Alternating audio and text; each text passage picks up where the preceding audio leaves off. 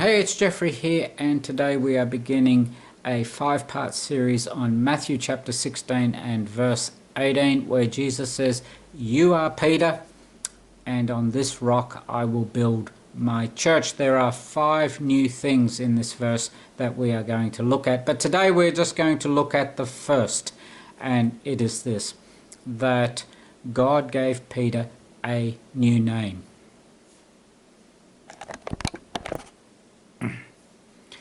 Now, there are at least 3 occasions in the Bible when God changes a man's name. The first, of course, is Jacob, who became Israel. Jacob means a trickster.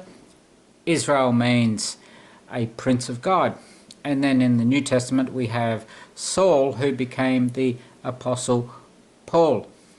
When a father gives a child a new name, it defines relationship, doesn't it? But more than that, it defines what is possible for the future. It means you're going to build your life around something. And Jesus built his life around Peter because he was going to build a church. And he built his life around the Apostle Paul because he communicated great truth to us, which would enrich us and give us power and purpose in life. And in the Old Testament, Jacob, who became Israel, had a large family, and those children became the 12 tribes of Israel. However, there is another important point, and it is this, that even though Jacob and Peter and the Apostle Paul had their names changed, it didn't really seem to change them. In fact, when Jacob stood before Pharaoh and he described his life, he said he had lived many years and they were just filled with trouble and pain. He was still a bit of a whinge, but what it did change was it changed the way God related to them.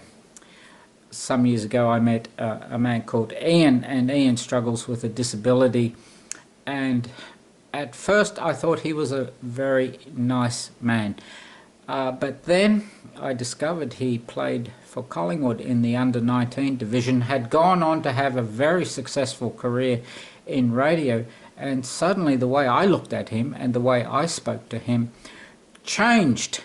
Ian was no longer somebody I had to be patient with while he struggled to find the words.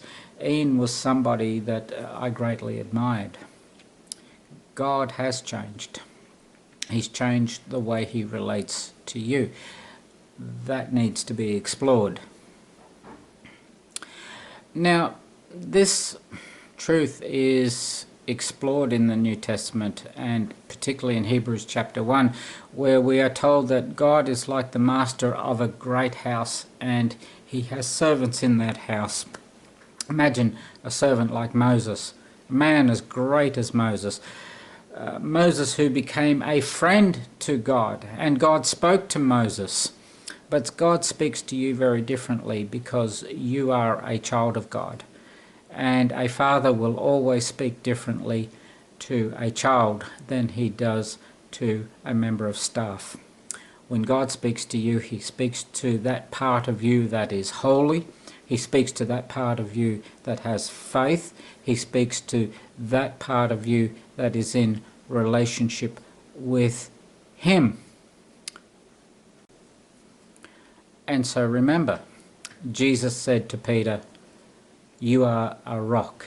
Jesus saw something in Peter. Peter, who managed to always say the wrong thing in the Gospels, but after the Holy Spirit came, always seemed to be able to say the right thing.